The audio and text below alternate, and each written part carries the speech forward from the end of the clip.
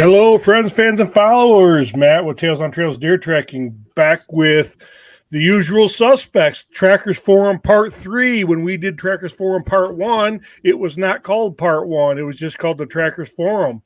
And then it quickly turned into, hey, this is Part 1 because we got to do a Part 2.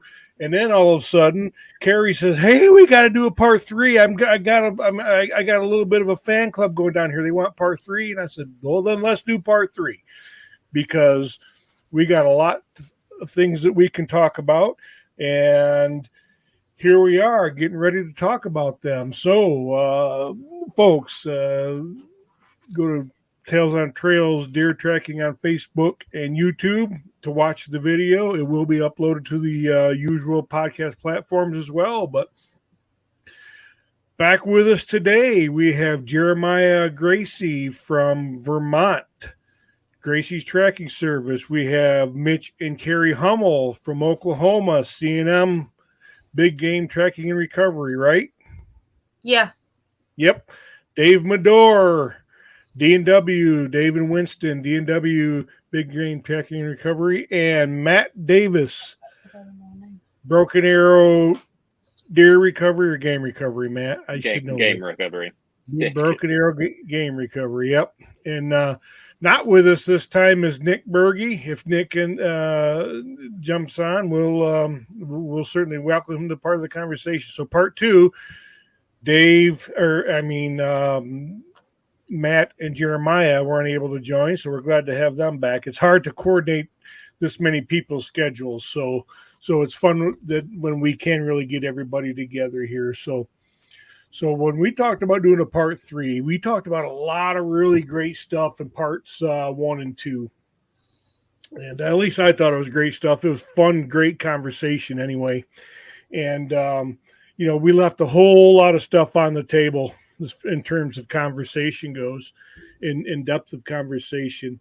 So this time we all talked about it. We thought, let's really kind of keep the topics maybe, narrow, but deep dive them. Now that deep dive, when I say keep the topics narrow to, the forensics, as we keep calling it, the evidence analysis, if you will, and then, the effects of grid searching and stuff and why trackers break out in a rash when that term is used, in those two topics, there's a whole bunch of other, subtopics amongst those two topics. So, we'll just let the conversation evolve on its own merit. It won't be bad. We will leave a bunch of stuff on the table again for sure, and we'll just talk through it, guys. That sound good? Yep. Yeah, great. So if we talk about forensics, we talk about, one of the hardest things for me is reading arrows, and in the sign. I'm getting a little better at it, but, before we start reading arrows and sign, we tend to, most of us are going to have some version of line of questioning for the hunters. And for me, and I think largely in general, but for me, I will tell you there are two things in this line of questioning. I'll say there's 3 things, but there's 2 core things that I'm trying to figure out, and I think it's probably universal.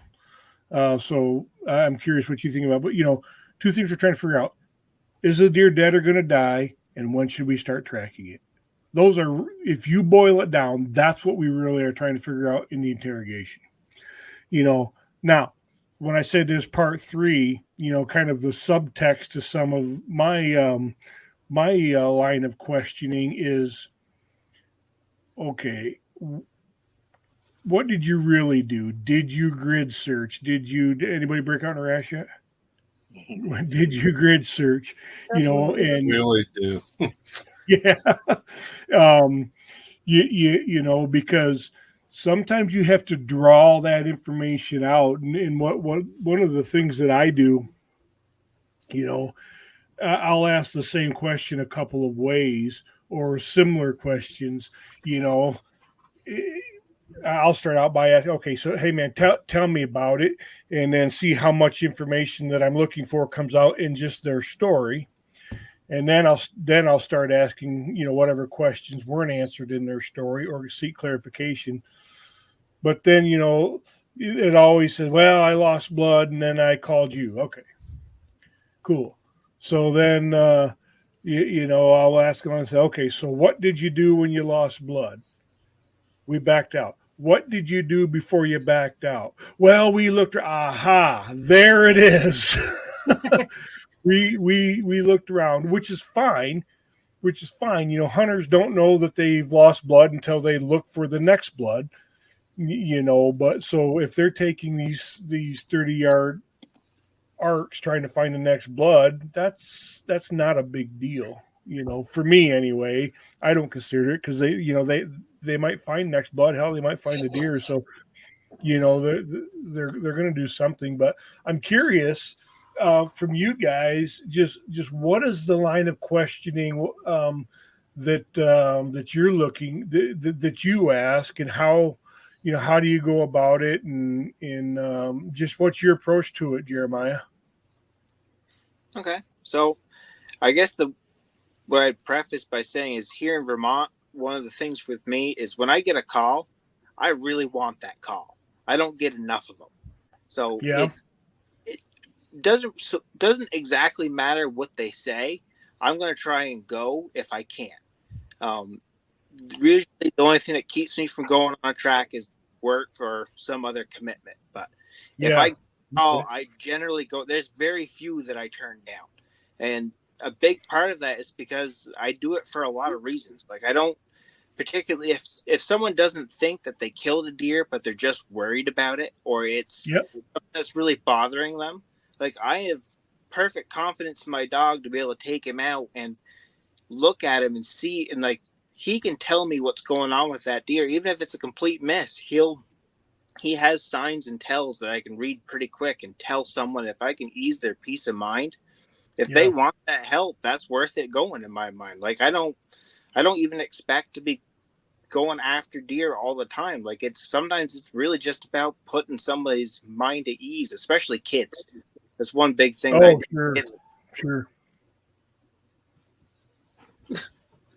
And he's gone. What about you, Matt? Oh, here we go. He must have got a track call. There you go. Did you get one of those calls? Did you get one of those calls you were looking for? No, we just got a big rainstorm up here. Oh. But yeah, so you don't necessarily screen. I mean, so what's it like then? I mean, bottom line is you're going to go most of the time, regardless of what they tell you. But do you have a line of questioning some common questions that you ask that you're trying to, discern anything particular? Or is it just a matter of, hey man, what's your address and what time can we go? I mean, I will ask them just to tell me generally what happened. Like, obviously what a lot of our seasons in Vermont overlap. So tell me as you shoot it with a bow, you shoot it with a gun. Was it a muzzleloader? Yeah. Like break it down, basic things like that. Are we going after a buck? Are we going after a doe? Are we going after a bear? Like, because the other part too is despite what the wound is or where they think they hit it, Vermont's got a horrendous coyote and coy dog population. And if you don't get on track and stuff, especially gut shots, you lose them. Like I've been on tracks where we're on the deer 4 hours after the shot and coyotes have already eaten the ass end out. Like they're really quick. We're really quite populated up here. So it doesn't really matter to me where they hit it. If they want help, we got to get on it quick. So then it's the only other question is, where are they? So that's interesting, Jeremiah. Do you then not so if someone says, hey, I gut shot a deer, and they give you all of the classic explanations of what the deer does that suggest gut shot, are you how long are you giving that deer? Are you going when they call, or are you going to try to give that deer X amount of time knowing a gut shot? For me, honestly, I'm going when they call, because Oh, okay. one of the big things we've been having problems with is people leaving gut shot deer for even 6-8 hours, let alone overnight, and they're just gone the next morning because the coyotes find them and they pick every little scrap of meat off of them. There's really not much of a chance. And then Wow. I also go on it too because my dog is excellent with gut shots. He can Oh, get right sure. on them, and he's really good at approaching from downwind and getting a sight on the animal. Is actually quite easy because we can dispatch up here. So if I get on a gut shot, my dog can generally get me within 30, 40 feet of it, and we just shoot it, and then it's over. Like, even if we jump it several times, we'll stick on it, because if you jump it and leave it, coyotes are going to find it. It's quite a problem up here. So that's right. I forgot that you have tracker dispatch. So that Mhm. is a little bit of an advantage then. Here in Michigan, I've tracked gut shots too early, and we don't get them. And we have coyotes here too, but it doesn't sound like they're near as bad as what you've got. That's interesting. Yeah, we had one 2 years ago. Guy, literally one of my neighbors, 5 minutes down the road, gut shot a doe during bow season. I told him let's give it an hour just so she comes down off a little bit of adrenaline. We got out there on it after an hour. Took us about 5 minutes to get out to her. She made it about 250 yards, and the coyotes were on top of her. She was still alive. Wow. Had one Oh, that's ass chunk terrible. of her on, and they had started ripping into her rib cage. And we kicked the coyotes off, and she was sitting there just like panting and breathing. You could see her lungs to the side. So I shot her. Oh, We geez. got out and started dragging her, and those coyotes followed us the whole way back. Oh my gosh. Whoa. Sounds like you need to start trapping coyotes, buddy. Yeah, that's a pain though up here too, especially with the political climate right now. Yeah, I imagine. And guys, Jeremiah is a big trapper. We were talking about it while we were waiting for others to join. So that's interesting. That's really, and the tracker dispatch, I guess, could lend some flexibility, I suppose, in wait times. Because me personally, I would never take a gut shot deer in an hour. I mean, we're Yeah. we're going to start at 12, for me particularly. But what about you, Matt? What's your line of questioning like with hunters, and what are you particularly trying to glean?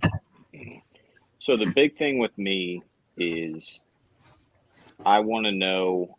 So I look at evidence, and I ask them. Yeah. But the big thing I want to know with my line of questioning is what the deer's reaction was, because I found the deer's reaction a lot of times can mean something completely different than the blood they think they're seeing. So that's the big thing. Hey, Sure. what was the deer's reaction when you shot it? Did it hunch up, walk away? Did it run 60 yards, stop, and turn around and blow?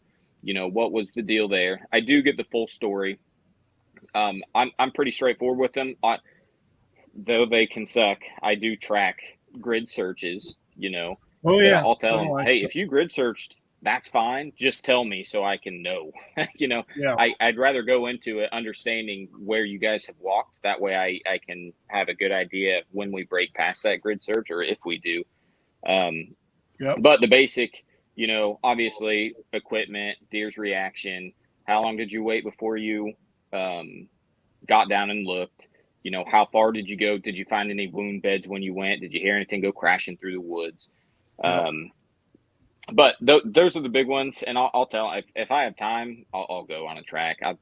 I'll tell anybody you could have shot the deer's tail off, and I will come track it for you. We will likely not find it, but Yeah. if you want me to come track, I'll come track. And then as far as getting all that information, it also sets me up with a good idea.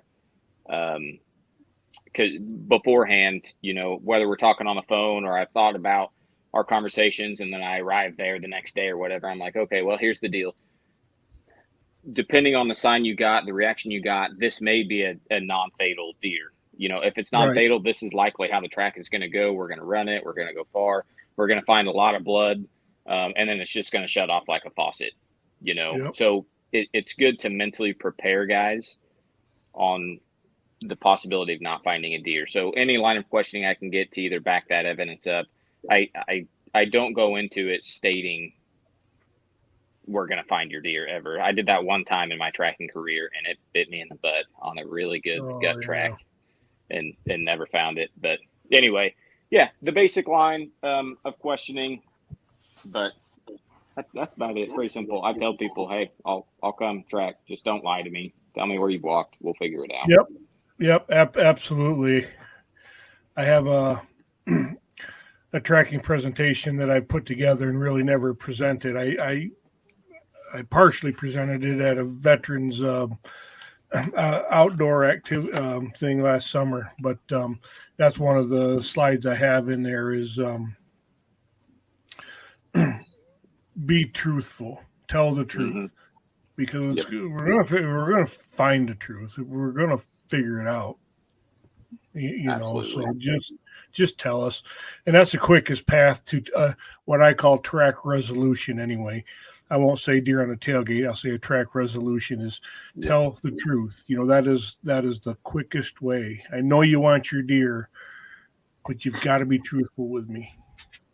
100%. Well, regardless, the dog's going to tell on them anyway. That's what I mean. We're going to know. We're going to figure it out, especially the experienced guys.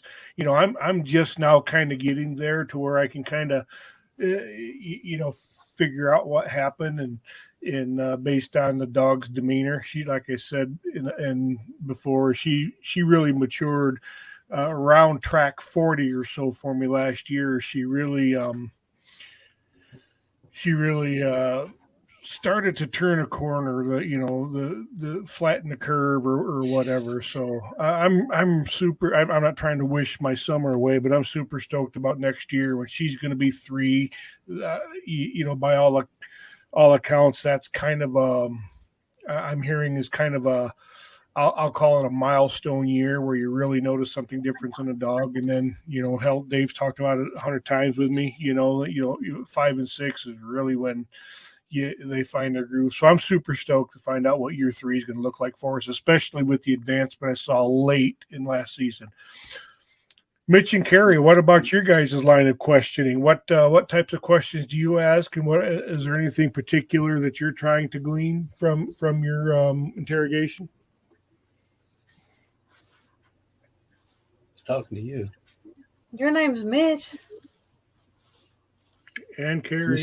Yeah. Did you say me or Carrie? I said Mitch and Carrie. Oh. Go ahead. Go ahead. Well, we asked him pretty much about whether they were in a stand or on the ground, how high up, how close the deer is, what their reaction was post-shot. Was it compound, crossbow, rifle, muzzleloader, Mechanical, fixed blade. blade, Size of bullet. Yep. Grid search, whether they grid search or not, which a lot of them lie so much about that. And the dog always tells on them, so. Yeah. But one thing we do, we'll ask them at the start if they grid search. If they say they do, that's fine. We'll try to work through it. But when we get into it and we get to that into the grid search, and it seems a little more difficult than it should be, so we always ask them again. How long did you grid search? How far? How many buddies? How many buddies? How many dogs? Yep. We'll ask them that several times throughout a track. If it seems to be more difficult than it should be, and a lot of times it just keeps growing and growing.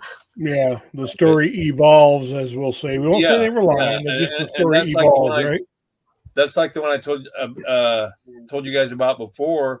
It wasn't a big area, but it was right next to that deep creek, and it's kind of horseshoed, but it was a smaller area. Mm-hmm. But they they absolutely demolished this track so bad that we couldn't run it. Just flat out could not run it. Bodark, she was bouncing off everything. Yep. She could not get out of that for nothing. Plus, they Yep. killed a hog. And we don't get a whole crap ton of calls for tracks, but we take the majority of them. But We'll take the majority, and he screened a couple high shoulder shots because we had a lot of shoulder shots. But Yeah. I didn't really screen him. It's they wanted reassurance, so I told them what I thought, and I told them what they needed to do.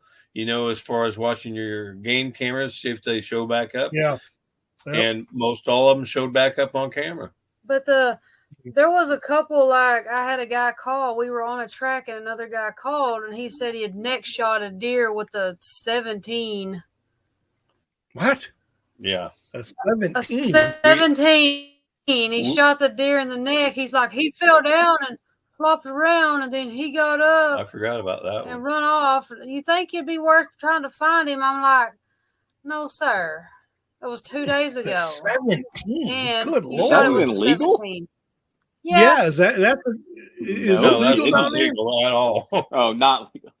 No. I was gonna say, man, that can't be legal. But Be better off with a 22 Magnum. no, it wasn't.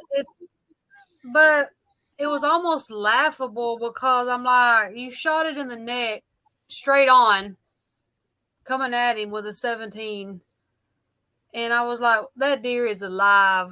That deer is alive and well. Number one. Number two, you shouldn't be doing that.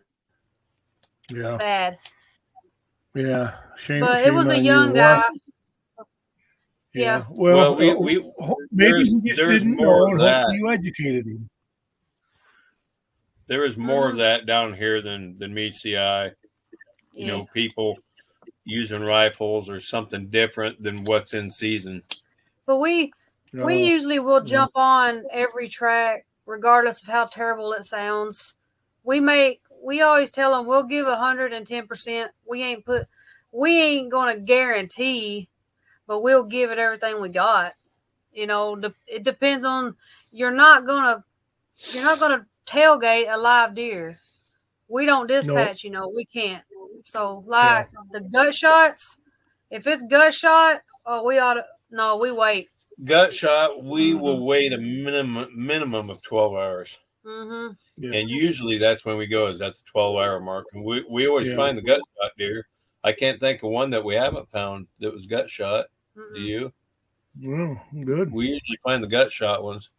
No. Sometimes coyotes get to them though, and Sure. Yeah. Well, Jeremiah's situation sounds bad up there really, with those callouts. I get it, and like I said, with Tracker Dispatch, yeah, man. I mean, That's a luxury. Yeah. Dave, how's your internet, man? You what about you? What's your line of questioning? Yeah, hopefully you guys can hear me okay. I think we got it patched Yeah. together. Good. Yeah. I don't have any magic questions I ask.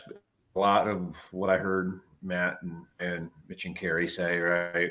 Where were you sitting? Tree, ground, how far, weapon, right? The basic stuff. And, after a while, you can kind of get the vibe just by answering the phone. Once you get past it was right behind the shoulder and I've killed 50 deer in my life and I know it's a dead deer. Right. You can kind of get down to what did you really see, right? And not what do you want to see. And for me, I live in a little bit more suburban area, just outside of Albany, which is the capital of New York. It's certainly farm country to a certain point, but we don't have huge blocks of timber. Right. So one of the things I've learned is to make sure I ask about permission, right? Like how far is he away from a property line that you're not going to be allowed to track on, right? And did he go that way? Because I don't want to get in the car and get out there and get to a property line and hear that you've never talked to that person or you're in a 100-year feud, Hatfield McCoy type stuff, and you're not going to get permission to go over, right? I say that I don't turn down too many tracks. I just, as we were talking, I went back and looked, and I got 161 calls this year for help.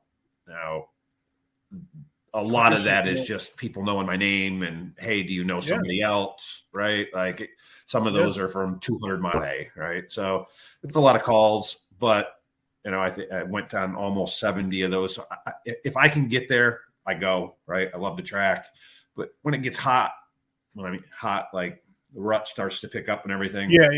You're getting 6, 7, 8 calls a day.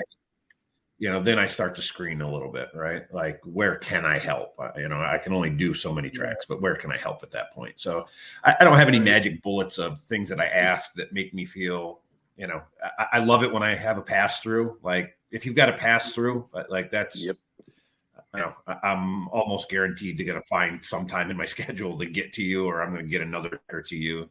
I work pretty well with a couple other local guys. So pass throughs have been for me.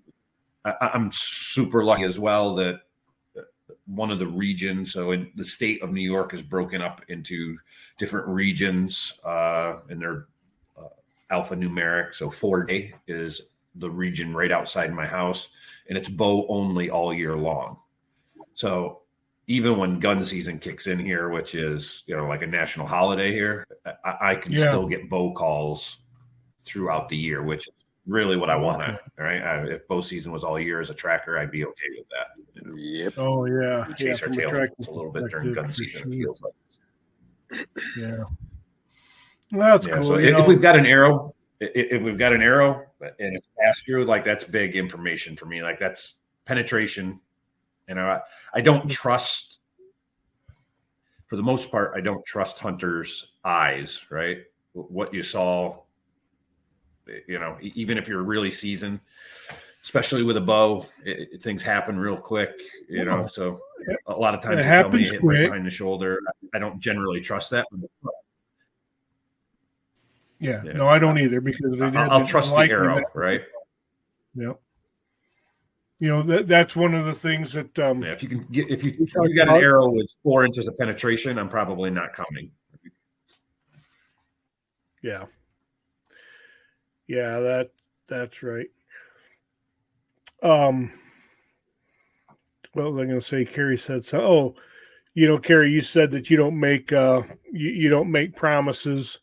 And that's what that's why I tell myself, look, man, I make you no promises. The only promise I will make you is we will give our best effort.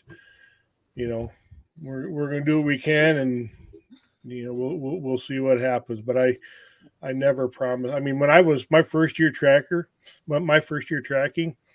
I told everybody, make sure that they knew that I was a first year guy. My dog was only one, and if they wanted me to find an experienced team, I would not be offended, and I'd find them an experienced team. Most people let me come out, which I was very grateful for, because I learned a lot. But my line of questioning and approach to it is starting to, evolve a little bit as I get the experience, and I realize how, I don't want to say how inaccurate, but how the hunter's version is what their mind wants it to be most of the time. Our minds are a powerful thing. They really think they saw that. And we know that, well, I get it. That's not likely what happened. My last track of the season last year was, the guy told me he was, broadside right behind his shoulder. I'm like, well, I says, so either you didn't hit where you think you did, or the deer was quartering more than you think it was. And that's exactly what it was. He hit pretty close to where he thought he did, but the deer was quartering. It was one long liver gut. But yep, that's the the interrogation, all of the stuff. Now I do, I'll say screen my calls. I guess maybe it's because a lot of it is because down here in southern Michigan where I track, and I'm making an excuse here, but it's just the truth for me, is man, and it's probably no different than anywhere else. It's just so thick swamps and briars and just nasty entanglements. And I have an overzealous 80-pound bloodhound who's young and wants to go in 4-wheel drive all the time. I'm not in the greatest shape, and man, I just get tired. You want to get dragged through a freaking swamp for 1,500 yards on a 4-inch penetration shoulder shot. So man, I do filter them a little bit, and then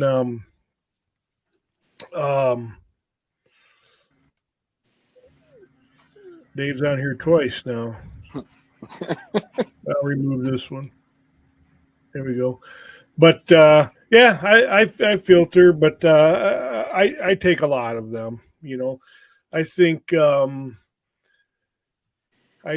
November 2nd this year, I was at work. Now that's the other thing for me is I have an 8 to 5 job that it's hard for me to peel out. My boss is awesome, and sometimes I do peel out or come in late for a track. But I've really got to be judicious with that, not take advantage of it. So it's hard for me to take a lot of tracks. But November 2nd, I don't remember what day of the week it was, but it was a weekday.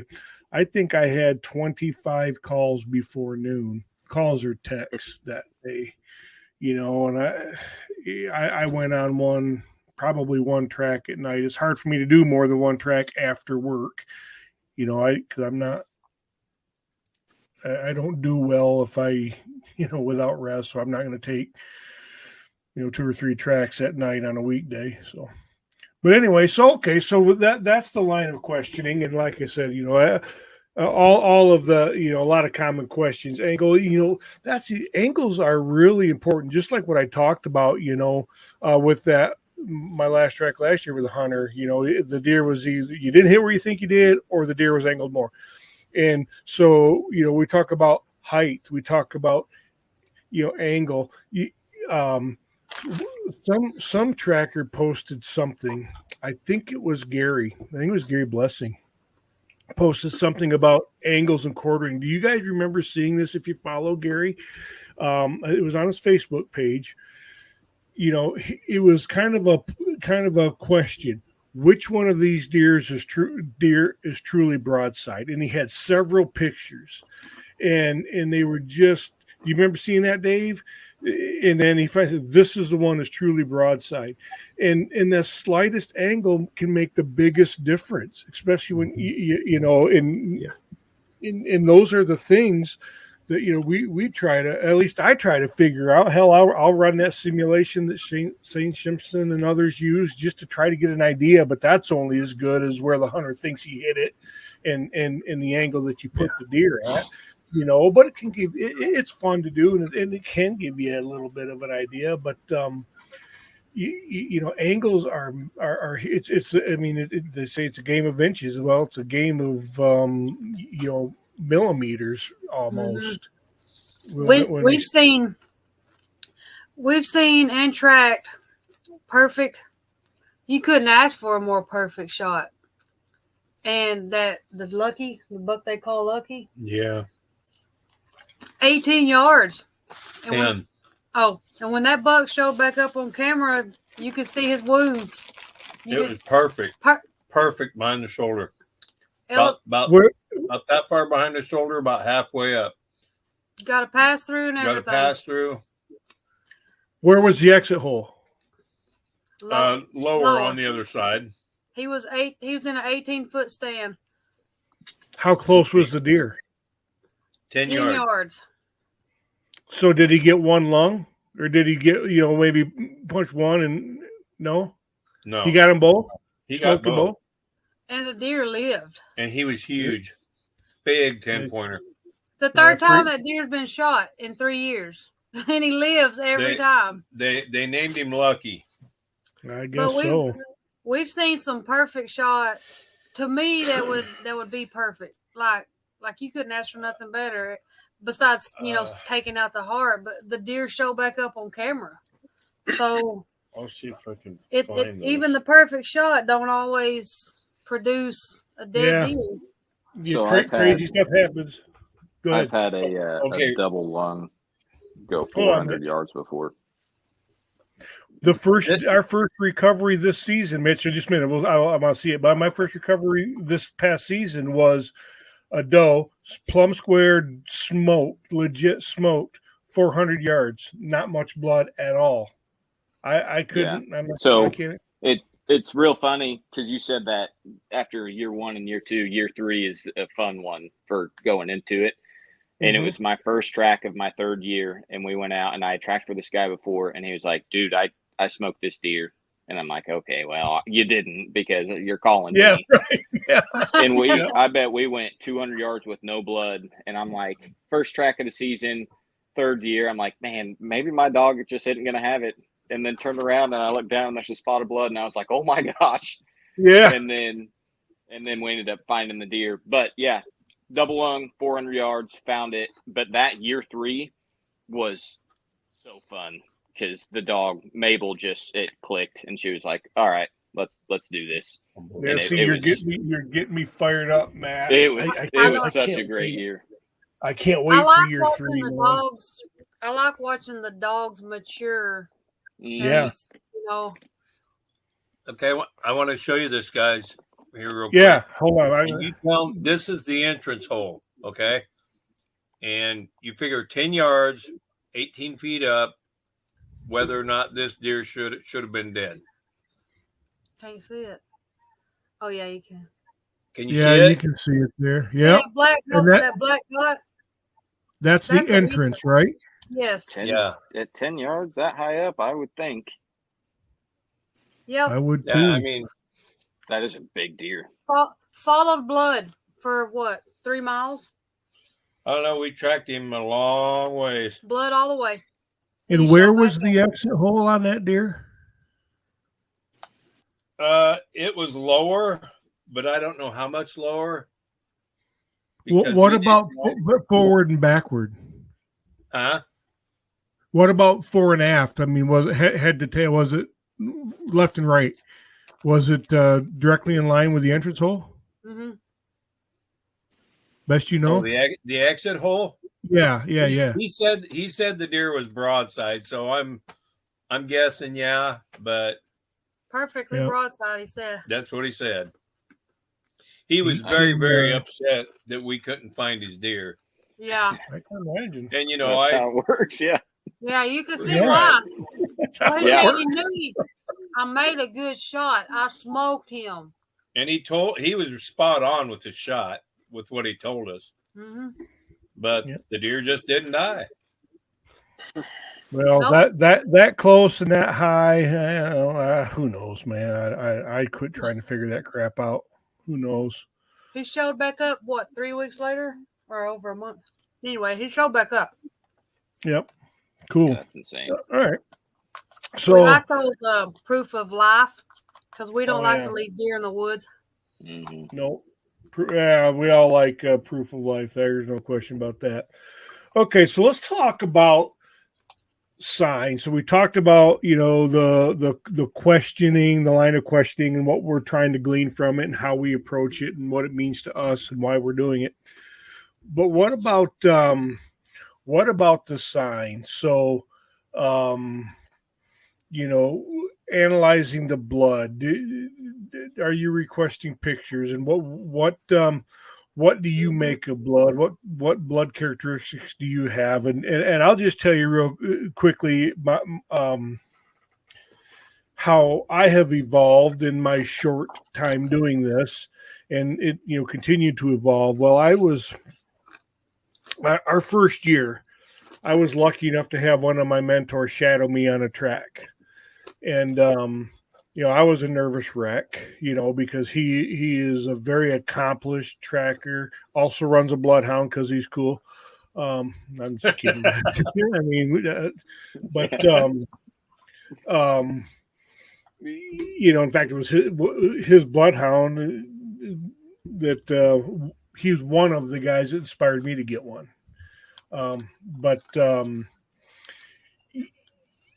so he shadowed me, and like I said, I was a nervous wreck, and there was quite a bit of blood here, and I was going along. I'd see blood, and I would stop, and I'd bend down, and I'd look at it, and then I'd, we'd go along, and he called me the next day, and that was the plan. Let's do it. Then he'd call me, we'd debrief, he'd give me feedback, to help me, and he said it, and I love it. He says, "You were driving me nuts." He says, "Don't."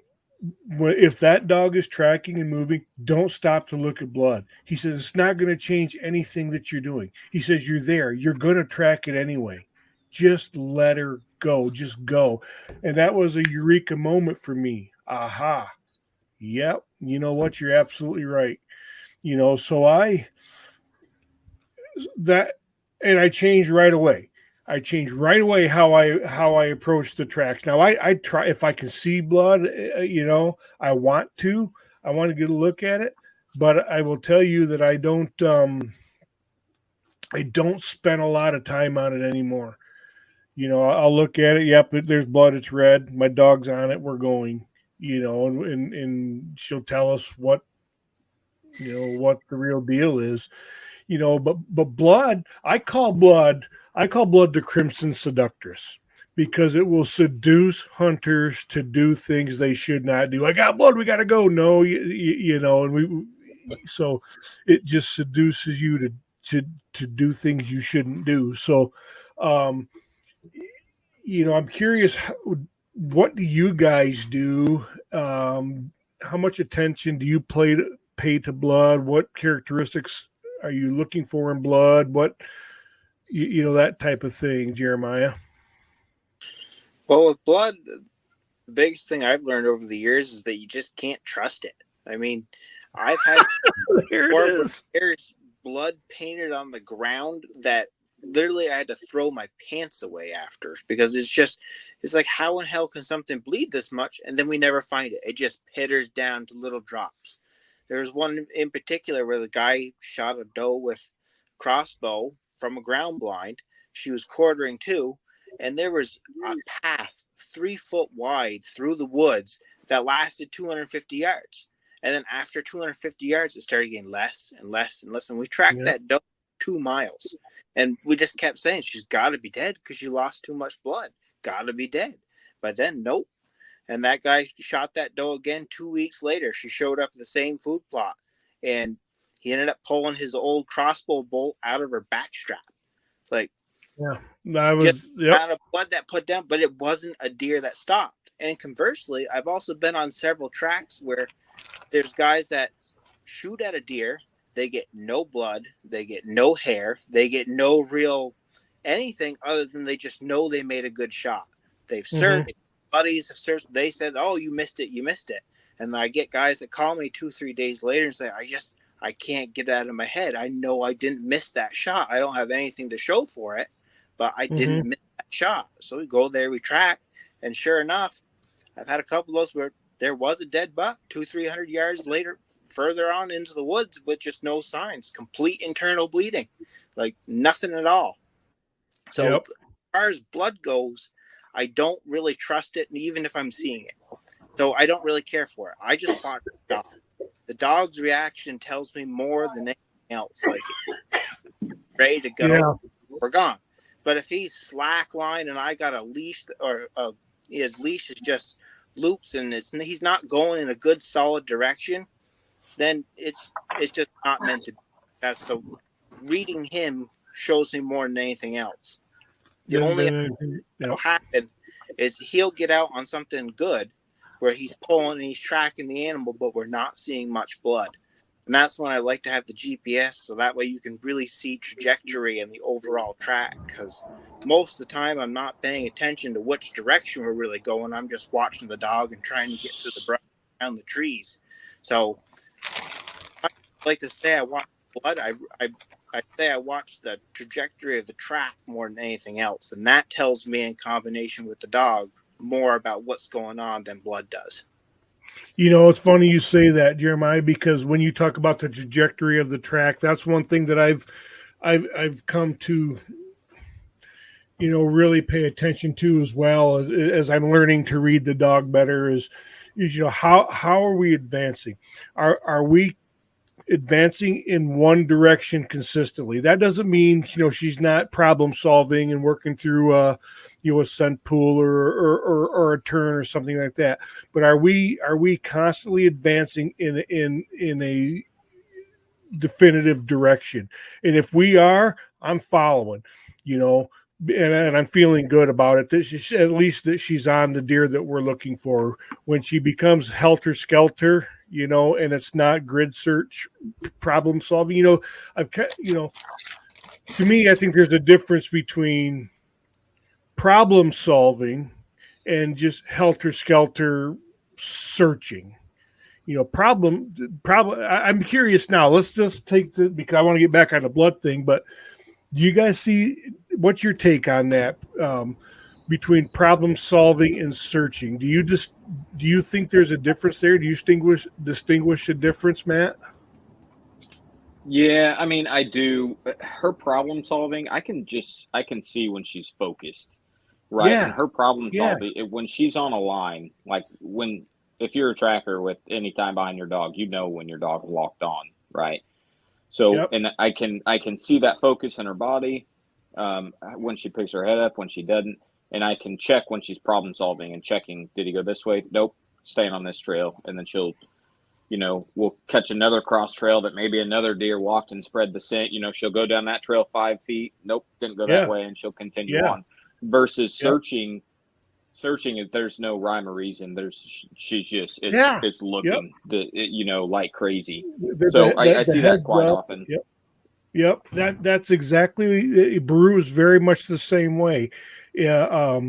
I can tell. I'm starting to be able to tell when she's solving a problem, like you said, checking trails, or just frantically or just meandering, trying to hope she finds something she likes. I'm starting to tell the difference. Mabel is much when Mabel's problem solving, she's much slower with it. She almost takes her time, like she knows. Hey, I got to figure this piece of the puzzle out. Deliberate, right? Her nose is going on this here, then it's going to the ground. That's exactly. And I love watching that. When we've lost it and it turns into a search, it's a little more fast paced, a little more frantic. From what I see out of my dog. Yep. It goes back to the subject that we did last time of knowing your dog. Mm-hmm. Yep, knowing your dog and trust you. We had a conversation, Jeremiah and Matt, about we led with trusting your dog and spent a lot of good conversation around that. We all pretty much can agree that it's not blind trusting your dog. It is it's trust based on knowing your dog. So to me, you truly become one when it's you and the dog. Like you just become one with that dog, or I do. Yep. Whenever I'm so focused on her, like I can read her like an open book. So Cypress. Yeah. See, I can't read Cypress because I don't ever run her. But I can read Bodark too. But he can read Bodark a little better. But I've tracked with Bodark, but he's never tracked with Cypress. But I can read her. Yeah, Nick is messaging me. There's still time if he wants to hop on. Yeah, that's what I'm telling him. Cool. So let's go back to the blood thing. I just got distracted. I wanted to get some comments on the difference between searching and problem solving. So that was a good little detour. So if we go back to the blood, Dave, what about you? Is your connection solid? Yeah, I think I finally got it figured out. What are you doing? What are you doing with blood, and what does it mean to you? And are you having conversations with hunters about it? Yeah, I'm not great at it. For somebody that's done upwards of 300 tracks at this point. I think somewhere's close to there. I'm not great at reading blood. I generally tell people blood's blood, right? That's good. It's a good start. The basic stuff for sure, right? Like spray blood, dark, thick, all the things that we've seen that result in dead deer, a lot of liver hit deer. They're easy to talk to, right? I think some people get fooled by bubbles, right? Bubbles can come from a lot of places. And then we talked about this a little bit last time. I see a lot of people get fooled by blood clots that they believe are actually parts of lung, right? Yeah. He's got to die off the part of a lung, right? And I was the same way, right? Till about year 3 of tracking. And I talked to a tracker that's got 1,000 tracks, and he's like, no, that's not good, right? Like if he's got the ability to cough that blood clot up, he's got some power left in his lungs, right? Like he's not just sucking air through a hole in the side of his body, right? So, once I'm there is kind of the way I feel about it, right?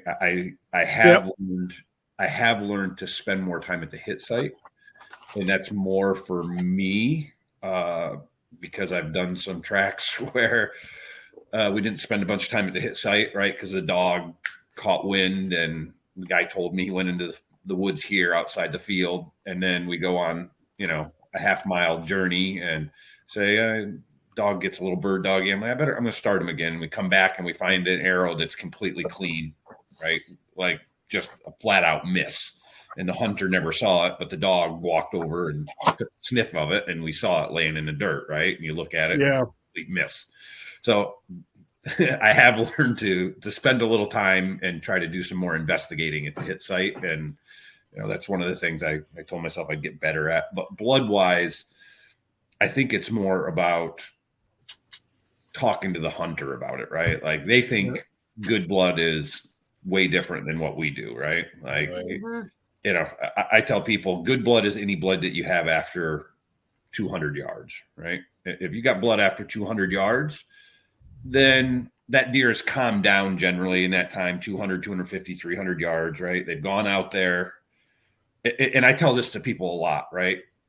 I almost predict what they're going to tell me when they're on the phone and I'm asking their questions, right? And I feel like it's a high shoulder or a brisket, or I'll be like, yep. So you had blood for 150 yards, and then there was a big puddle of blood, right? And then there was a couple drops, and then it just specked out to nothing, right?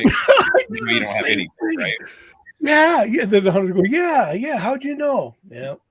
And that builds confidence with Hunter. I don't do it to be an asshole to them. Like, no. I do it because I want them to know that I have a little bit of knowledge. I kind of know what I'm talking about, right? But and then I talked to them. I said, well, just think about it, right? You just punched that deer directly in his nose, and he's got a bloody nose, and his heart rate is as fast as it's ever going to be, right? Like his heart rate is now 300 beats a minute or whatever a deer's heart can go to, and he got out of there. And then he did what a deer does. Like he stops and surveys what's going on around him, kind of figures it out. His heart rate lowers, and now he's walking, right? He's getting to safety. He's walking out of there, and his heart rate is 100 beats a minute. Well, now that blood isn't pumping everywhere, right? Like, so those are the things with blood that I try to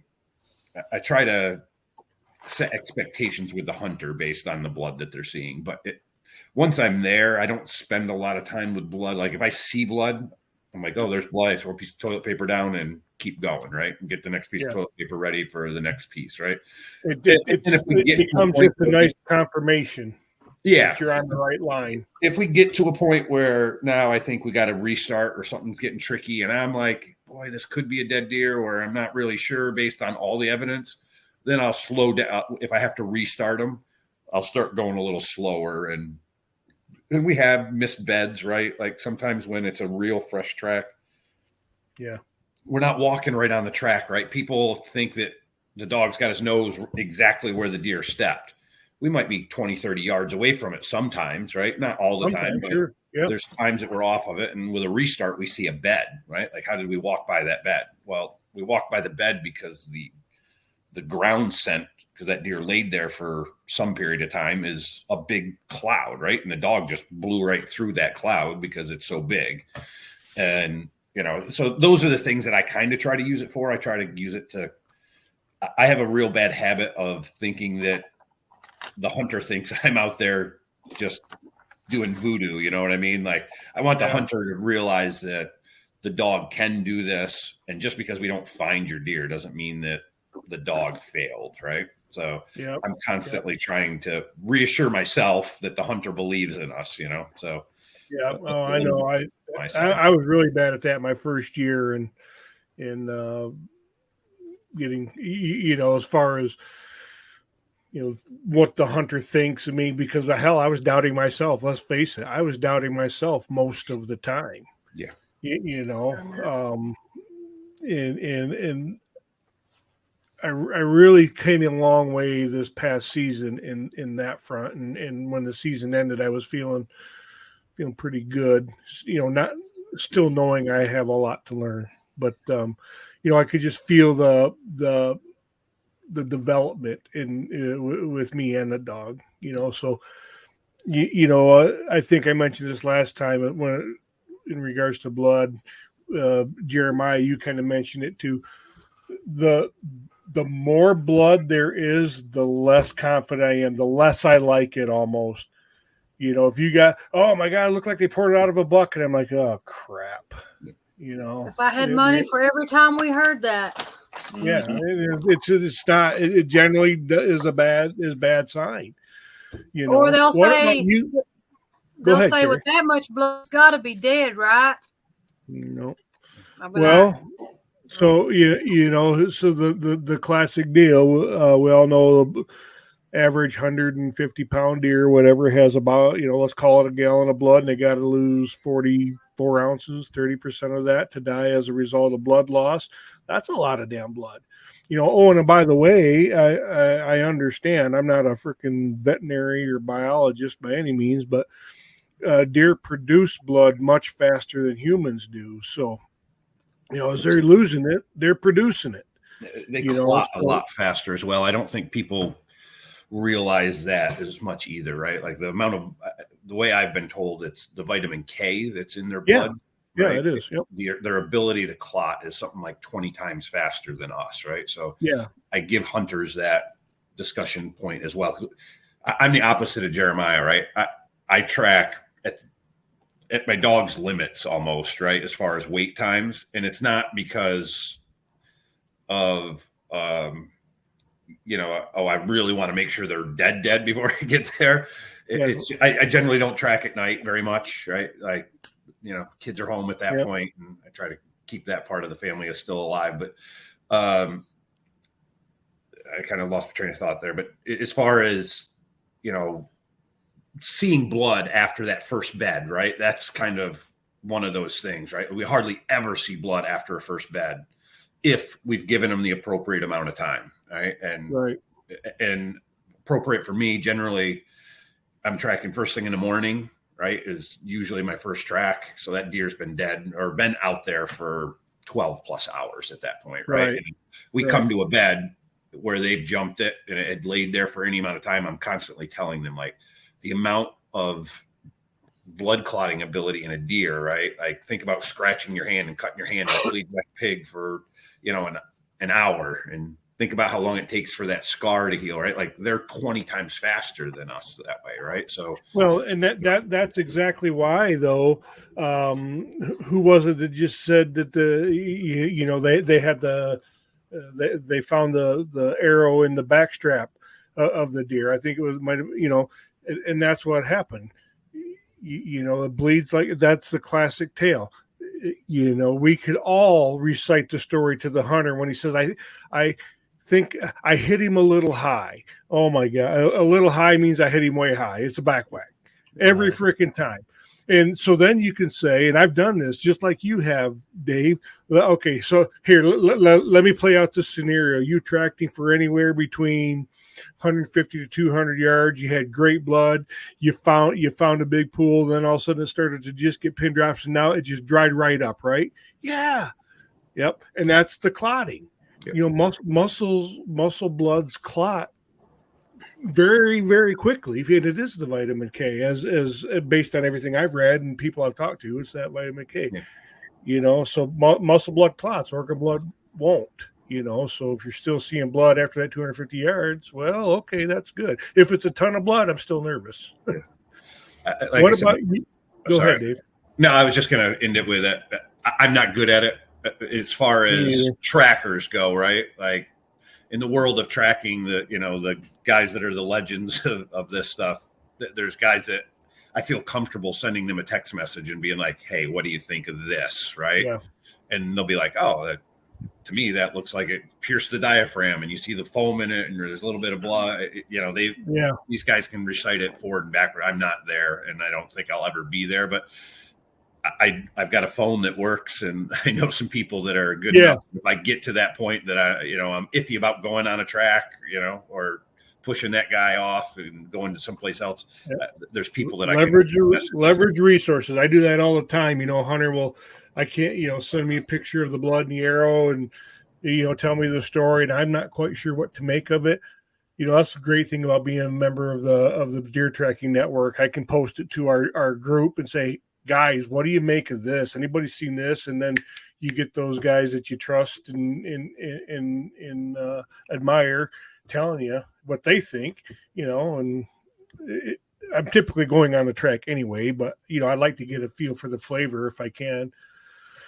Matt Davis, what about you and blood? Well, I don't like to see it. To an extent, right? You want to see blood. Obviously, we're out there tracking a wounded animal. When I get to the hit side, I take my time there. I want to find evidence to kind of prepare myself that we are or are not going to find this deer, right? Yeah. More mentally. But I examine the hit site really, really well and spend some time there just because I want to make sure we take the right line leaving the hit site. Get a lot of hunters, the deer ran this way. It didn't really run that way. That was just their adrenaline pumping, or that was another deer they had seen. Let's trust the dog here. Some of my best tracks and recoveries, and I could probably count out of the almost 100 recoveries we have, a lot of them are very little blood, I really like the ones where I can tell my dog's locked on and I'm finding specks of blood every 100, 150, 200, 250 yards. Just enough to confirm. And there's nothing better than a confirmation after you go, 300 or 400 yards, just trusting your dog. And then you find that little speck and you're like, oh yeah, we're cooking now. Yeah. But that's the thing. And just like you guys, out there and I'll track them that there's just more blood than I've ever seen a deer bleed. We don't find those deer, That's true. After the hit site and knowing my dog is locked on and I have found, a spot of blood here or there, or we find a bed and we keep pushing through the bed, I really don't pay attention to blood or what it is. If the dog's locked on, we're going to go as far as the dog wants to take me, If for some reason we get to that spot where we go from, tracking to searching and I identify that, then that's when we back up and kind of like Dave said, I think we slow down a little bit. I might look at the blood a little closer as we come across it just to maybe identify or justify whether I think the deer's dead or alive. But yeah, generally, some of my best tracks, even some of the nastiest, 100-degree days going through cut hay fields, not a speck of blood are the best tracks I've ran. I really like the bloodless tracks, but they also really impress. Not that I'm out there to impress hunters, but man, when you can run 300 or 400 yards without a speck of blood and then come up on a deer, it just blows hunters' minds. Yes, it absolutely does. Yeah, I've had a couple of those. Yep. Well, we tell them. We'll tell the hunters that the blood is not. The dog ain't following the blood. The blood is for us. That's just. The blood is just a portion. That's a visual. Just a small portion. That's confirmation to me, every now and then. But we tell them the dog ain't tracking the blood itself. They're tracking the deer as a whole. Yep. If the blood is there, it's a bonus. That's what I tell them. Yeah. So we don't need blood, but love seeing that. Nice. Love seeing that small speck, though. Yeah, it's nice to see because it's confirmation for us. Yep. And it's confirmation, kind of like what you talked about, Matt, because you know dang well when you're going at 300-400 yards, no blood. That hunter, if he doesn't have experience using a tracking dog, he's behind you going, "What in the hell? This dog?" He's like, this guy. You don't know. So it's nice that see here, look, got blood here, buddy. So and that, yeah, you know, because it makes a believer out of them. One of the things it mentioned, Carrie, I want to hear from you, but I'll just while this is on my mind, you know, one of the things that I use to help lend confidence to the hunter that I believe, I mean, you never know 100%, but lend confidence to the hunter that the dog is tracking the deer we're after, his deer, is when she starts problem solving. You know, somebody mentioned, I think it might have been Matt, you know, you're tracking along and you hit a trail. The dog goes down the trail this way, goes down the trail that way, comes back, and then continues on. She's just checking those trails. And I've come to use that as a you know, confirmation that she's tracking the deer that we're after, because what I tell the hunter is, look, if she wanted to track just any old deer, she could have tracked any one of these, but she didn't. She didn't pursue down this path. She came back and picked up another line. So that's what, and then we started advancing in the same direction we've been coming from. So to me, that is a confirmation that she knows the deer we're looking for, and that's the one she's tracking, even if there is no blood, you know. Mm-hmm. So Mitch and Carrie, how about what blood for you? How do you guys approach it? What are you doing with it? How are you analyzing it? What are you telling hunters about it? Do you have anything more to add? I mean, then when I get, to me, when I get on the blood, if I've got an arrow, that's awesome. I'll sniff every inch of that arrow if I have to. But I'll analyze the crap out of that blood. But a lot of times if it's too dry, you can't do nothing with it anyway. But then I just let the dog do her thing, because if she's already on the blood, if I'm seeing blood, I know she's on it. So, but I used to believe that, oh my God, this deer's got to be dead. There's so much blood. I was one of those. Mm-hmm. I learned that's not true. I think everybody has been there. Yep. But the hunters really, really look up to us. You know, I've seen doubt in a lot of their faces before, but it's like they turn into like a little kid in a candy store when you're like, we got blood. So, well, we've had tracks like not this past season, but the season before, we tracked a buck for one of her family members, and we tracked this thing over 4 miles. And there was times throughout the track we wouldn't find blood for 600 or 700 yards. And this was in the rain. And all of a sudden, she'd find just a little bitty drop of blood, and boy, the smile on his face was they're impressed. Like, and I'm like, I get a few chest hairs because I'm impressing them, you know. I'm like, yeah.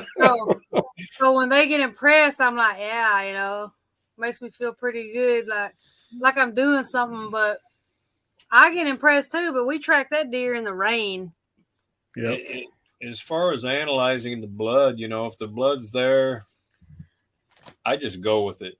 Yeah, I'm not great at analyzing.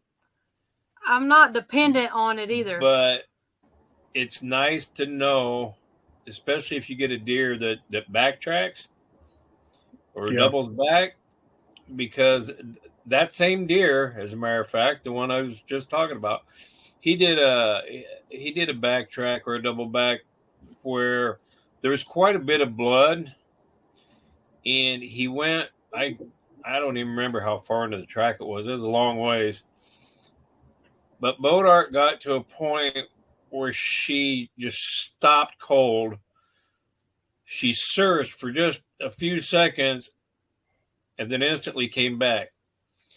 So she worked it and worked it and worked it. And I could tell she was having a tough time. So I would just take her back up to the fence line where we crossed, knowing the blood's all the way down through there. And I just run her through it again. She get down there and same thing. we worked that way for about, I think I took her back to that fence line like 4 times. Finally, she figured out what happened was the deer come down.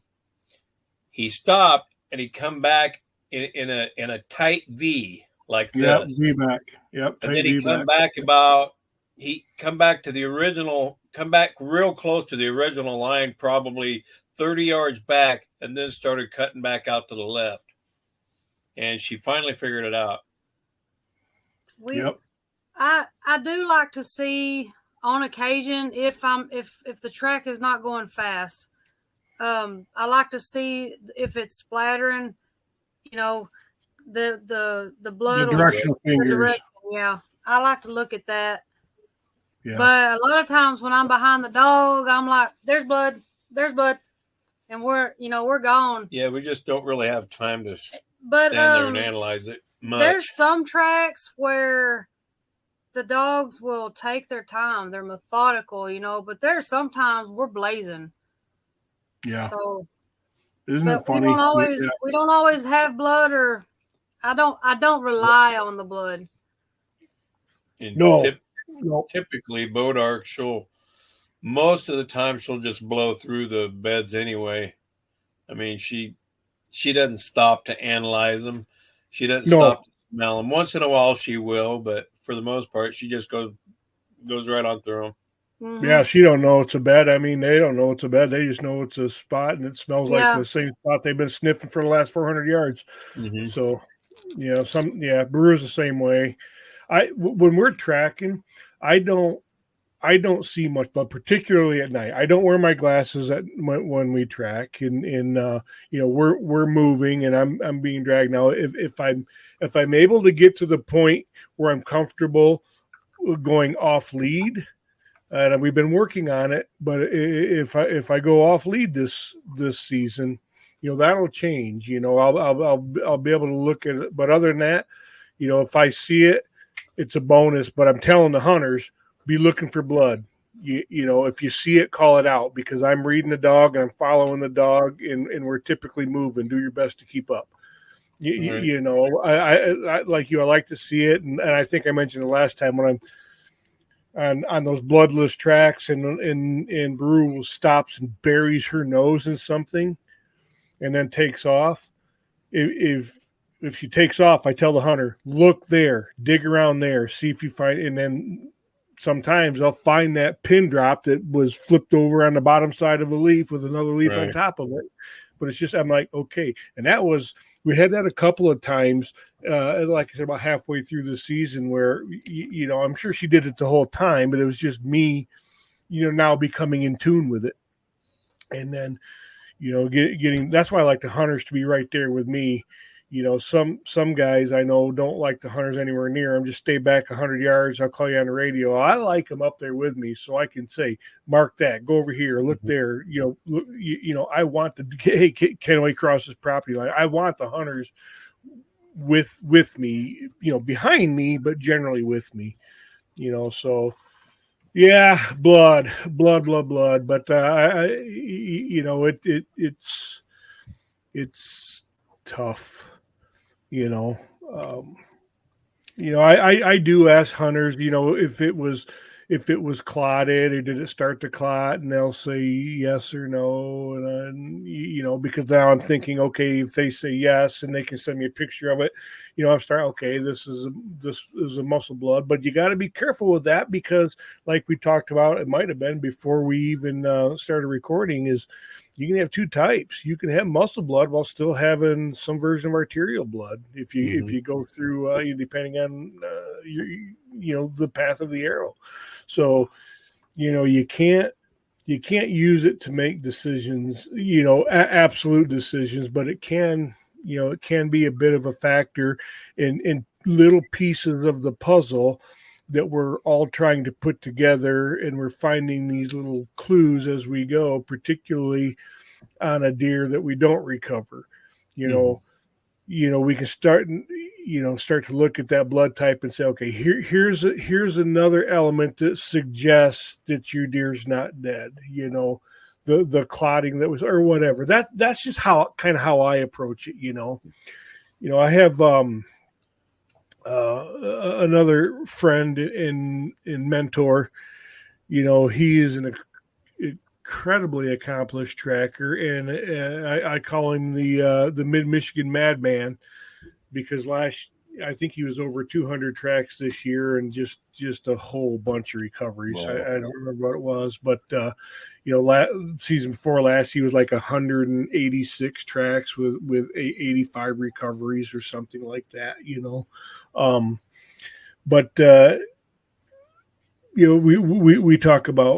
We talked a little bit about fees, I think maybe in part 2, but and I don't want to talk about it, but his position is, and he and I have talked about this, his position is, it's tough, but he feels if he's going to charge somebody, he needs to be able to speak to the evidence, to some degree.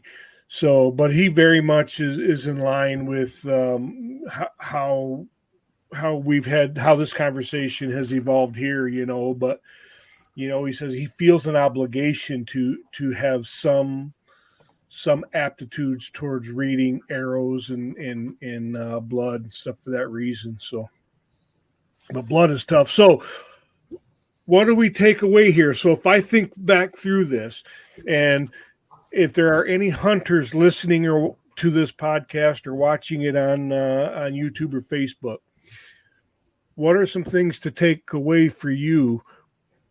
Don't be. I will tell you, for me, and I want to hear what you guys think. For me, don't be seduced by the blood.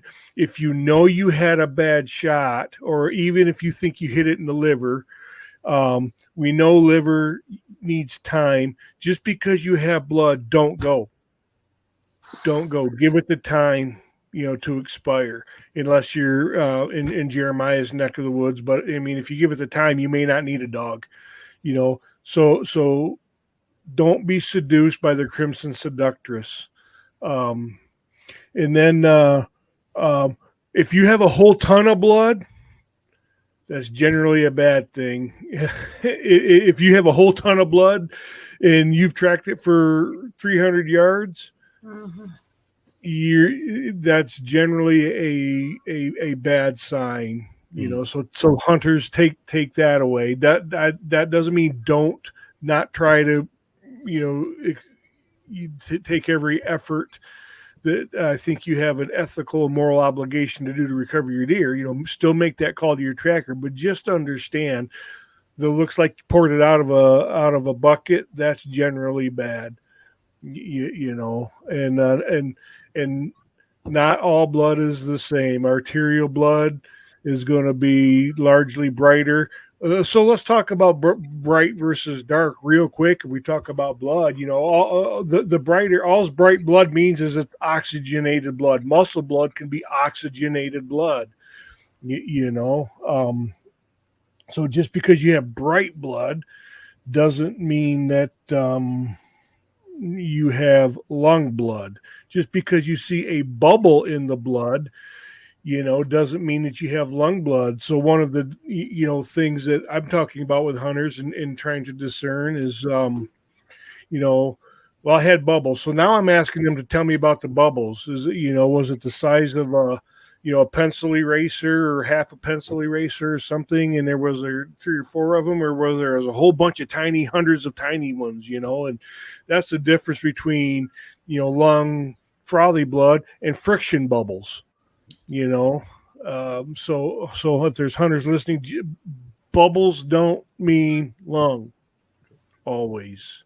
There's a distinguishable difference there. So the details do matter. The details are hard to discern, man. Hard to discern. So any other, I'll just throw it out there, just whoever wants to grab it. What note would you have for a hunter regarding blood that you think they should take away? The big one for me, Matt, is the bubble. You hit it on the head, right? I get a lot of calls with hey, I got bubbles in the blood. I've got lung, right? He's got to be dead right here somewhere. Yep. There's bubbles in the blood. And we generally talk through it pretty quick. I love hunters that take pictures of blood or the hit site and stuff like that when they call, because I'd like to ask about it, even though I'm not a great reader of blood. It is interesting to see what they have. And for me, and I think you guys probably will see this as well, going into year 8 here, people start to get your phone number, right? People that you've tracked for before, and yep. They trust you, right? Either you found a deer for them, or were able to put their mind at ease at some point in time, and they've got your phone number. So I get a lot of calls. Like I said before, 161 calls last year. A lot of those were just people, hey, what do you think about this, right? And it's a snapshot on a cell phone at dark of a bunch of blood, right? And they're asking my opinion on it, right? So I would say, I don't know that that's great insight for the hunter, but taking some pictures and things like that and calling your tracker or a buddy, a senior hunting partner, somebody to just kind of take the emotion out of the blood, right? Yep. Like, you get all fired up, like you said, about the blood and going chasing it. Like, give yourself some time, get on the phone with somebody, tell the story to somebody, tell it to 2 or 3 people, and it kind of cement in your mind what actually happened. But don't just go chase the blood. And for me, I'm always willing to talk about the potential of a track or what I thought happened. So I think most trackers are that way too. So if you got somebody in your area that you trust, pick up the phone and call them, send them a text message, right? 100%. Anybody else got any hunter they should take away? I'd have to say, don't rely solely on buckets of blood being a dead deer. I mean, because that's not always the case. And a lot of times, like Matt said, yep, he likes it when there's no blood. Well, I'm the same way. So I'm with you on that, Matt. I'd rather go without blood and pick up the occasional spot here and there. But yeah, just because there's tons of blood doesn't mean the deer's dead. Yep, the more blood, Okay, cool. Unless anybody's got one last hunter takeaway before we move on to the next topic. A couple more. So if this is the forensic the forensics discussion. So we spent a lot of time talking about blood. I'm curious as to what you guys do when it comes to reading arrows. And I hate reading arrows because here let me tell you what drives my frustration with arrows. You get an arrow that's slathered in blood and the deer's on trail camera 2 weeks later. You get an arrow with one tiny ambiguous hair and nothing else on it. It's found dead in its first bed. So reading arrows is tough, and that goes back to what I was talking about. My friend there feels an obligation to have some aptitude towards reading arrows. I'm curious how you guys approach reading arrows, Dave.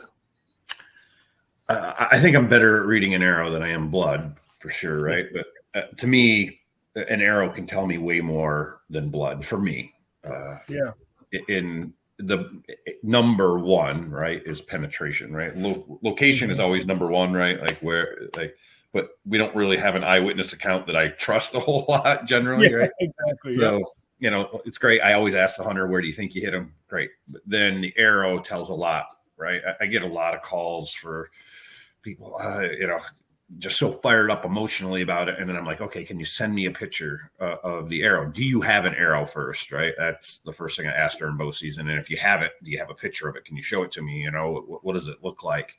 Because from there, if we have a pass through, like you say, you can have a blood or arrow absolutely coated in blood.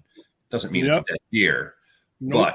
But I know from my stats that my chance of finding a deer that has an arrow completely passed through it somewheres on its body, goes up considerably. It might be in the 75% range at that point, right? Compared to 35% just flipping a coin going on every one of them, right?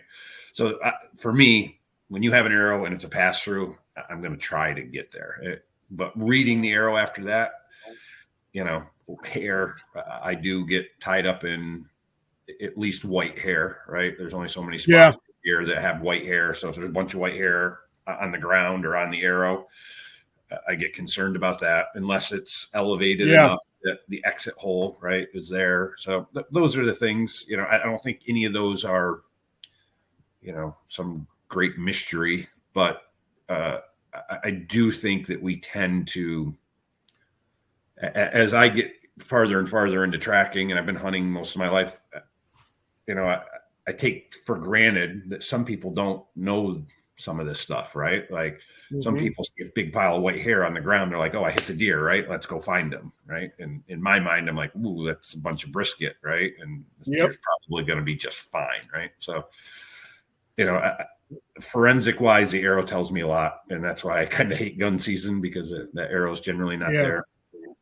I don't know, Matt, if you wanted to dive into anything else forensic or just arrow, like reading arrows.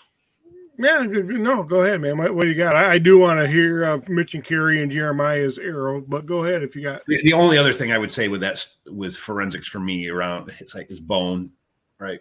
I get a lot of calls where we're talking through, and somebody's like, "Well, he's got to be dead. I have rib bone, right? I have a piece of rib," and that's like 90% of people that pick up a piece of bone, the first thing they say is, "I've got ribs," right?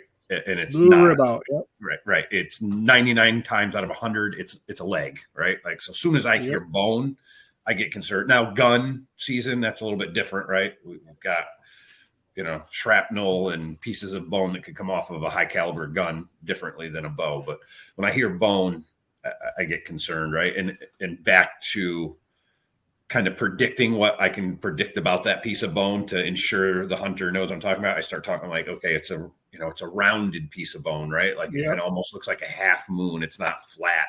And they're like, yeah, exactly. Yeah. Right. And I'm like, well, that's a leg bone, right? Like you've shot this deer's leg off at that point. But, forensically, that's one of the big things that I see a lot of is people thinking that they have rib bone when it's more than likely leg. Yep, I would agree. I totally agree with that. What about you, Jeremiah? Arrow reading and other forensics. Well, the biggest question that I always look for is whether or not it's found or hasn't been. I think that's the biggest thing that arrows speak to me. Other than that, as far as reading goes, like honestly, what I do is I give it to the dog. I hold it up, and if we have it, hold it up in front of the dog and watching what he does. If I've noticed every time where we've had an arrow and we've made a recovery afterwards, he's licked the arrow and he gets really interested in it. But if I hold out the arrow to him and then he sniffs it and then he goes about and then he wants to start sniffing the ground because he's looking for something better. But if he's got a good arrow that the dog, he'll come up to it, he'll sniff it, he'll lick it, and he'll get super excited. And if I see that in him, then I know we're going to find something. Whereas the ones where we don't, 90% of the time, he doesn't give a shit about the arrow.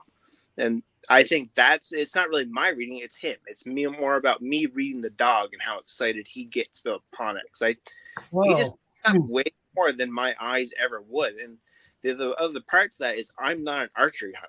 Like, I don't do it. Like, I'm not crazy. I'm not setting up arrows myself. I don't know all the differences between different fletchings and all, because it's not really something that's part of me. The little bit of hunting I do is all rifle and muzzleloader. So really, when I'm looking at an arrow, I give it to the dog and see what he says. Let the dog read the arrow. Exactly. Wow, that's interesting. Wow, cool. What about you, Mitch and Carey?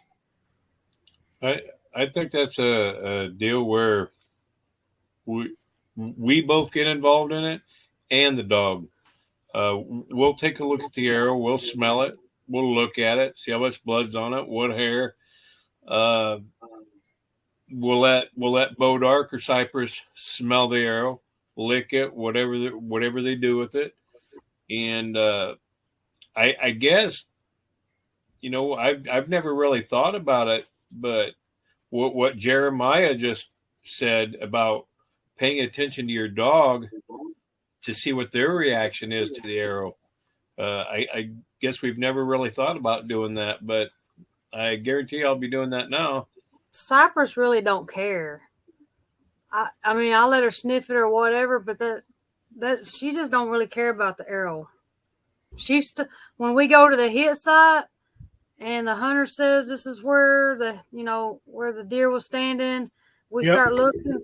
As soon as, the arrow could be there or not, but as soon as she's on that, she's gone. She really don't care about the arrow. I inspect it pretty good. I'm looking for hair in the fletchings or hair in the broadhead. I'm looking at any blood or to see if it's clear, clean. Because if it's shot with a crossbow, sometimes a crossbow, the bolts will clean themselves. Yeah, fast. It's going through so fast through the deer. So sometimes that can be misleading. So I've had a couple of clean crossbow bolts, but it was a dead deer. But that bolt was clean because it went so fast, it cleaned itself off.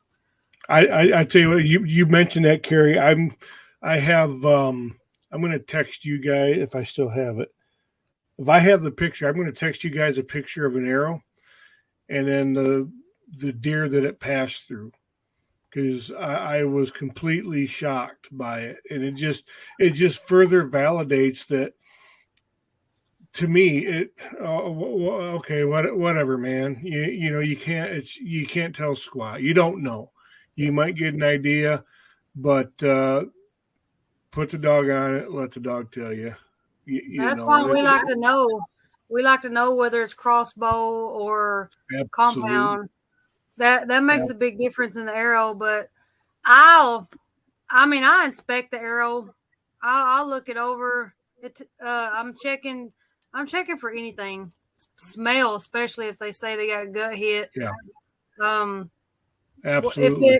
If they do say gut hit, then I'm looking at what color. Is it intestinal, where it's just clear, straight intestines, or did we get some gut? Did we get stomach, up in liver, maybe anything? So I'm looking at any body fluids on that arrow. Yeah. You got to understand, if you get a deer quarter in two and you get one lung, liver, and then gut, what's going to be on that arrow? Chances are any blood that was on the arrow is going to come off in that gut. Yeah. I mean, it really doesn't matter. That's pretty much a dead deer anyway, but now they I don't know if y'all have seen them. They've got those wipes now where you can wipe the arrow. Yeah. The gut wipes. Those just a pH thing. So I was going to ask this because we were talking about blood, and I was thinking about arrows and those wipes. I guess people like them. I don't have any, but I guess people like them, and there's a reason. I thought about trying them. What is the purpose behind those? Because I've never even heard of it. It's a gut. It tells you if it's gut on the arrow. So what it is, Mitch? It's a wipe. It's just measuring. Really, what it also is doing is measuring the pH of the contents on the arrow. So like litmus paper. Yeah. I believe it's like wet, and you wipe the arrow, and it's like a baby wipe. Kind of like a baby wipe here. Yep. Yeah. And if it's gut, it'll turn a certain color. Now it's not. Yeah. So let me ask this disgusting question, because this came up in my tracking groups thread, and it was intriguing conversation. Has anybody ever tasted an arrow? Dave? Nope. No. I don't recommend anybody do it, but it came up, and they say, if you're not sure, but you suspect it might be gut or whatever, and you taste it, he says, if it's gut, says you will know instantly No, even if you just touch it, I don't recommend it because it can make you sick. And they say if it's a liver hit, it'll taste like a penny. Yeah, because it's just so heavily concentrated with iron in the liver. Shaking his head like he knows. Well, liver iron, right? I could see it tasting like a penny because of the liver having so much iron. Right.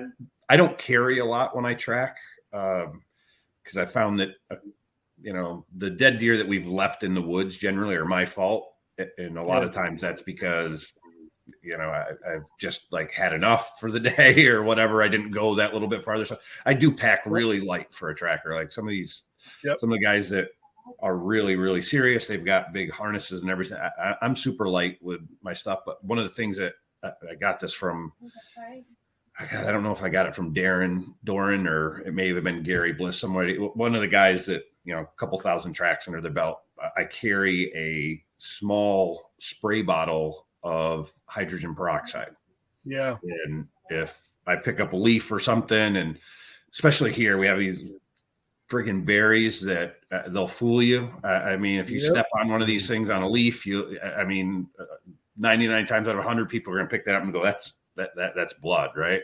Yep. If you take that hydrogen peroxide and hit that, if it doesn't bubble right up white, it's not blood, right? And there's no iron in it, and that's what it's testing. So I carry a small bottle with that, and it's great for the hunter too, right? Again, more confirming with the hunter. Like I'll pick up a little thing, and it'll be dried blood on it, and you'll be thinking, is that blood? Even dried blood, you spray that on there, and it'll just bubble up white. It's good confirmation. But one of the other how would that be with gut matter? So I've sprayed it on gut as well. There's blood in the gut matter, right? Like the arrow's got some sort of in it. You have to look for it, right? It won't. Right. It doesn't get real foamy, but you'll see white streaks in it. Your nose is probably the best test, I would say, with that. But one of the guys here in New York, that's a big tracker here in New York, he carries just tissue paper with him, regular, regular white napkins or whatever. Right. He'll run them down the arrow, especially with crossbow bolts, a big thing, right? Through there so fast, just slightly dampen it and then just run it down the whole arrow and look what's on there, right? Is it dirt? Has it got some sort of matter on it? And he's doing 150 tracks a year, so it comes in handy 2 or 3 times. But because it comes in handy 2 or 3 times, he's toting it around with him, right? And he's got a big pack full of stuff, tricks. Yep. Yeah, that tasting thing. I've never done it. I don't ever plan to do it. But I did ask a hunter. I'm going to say that might be. Hey, when we were not sure, and I'm like,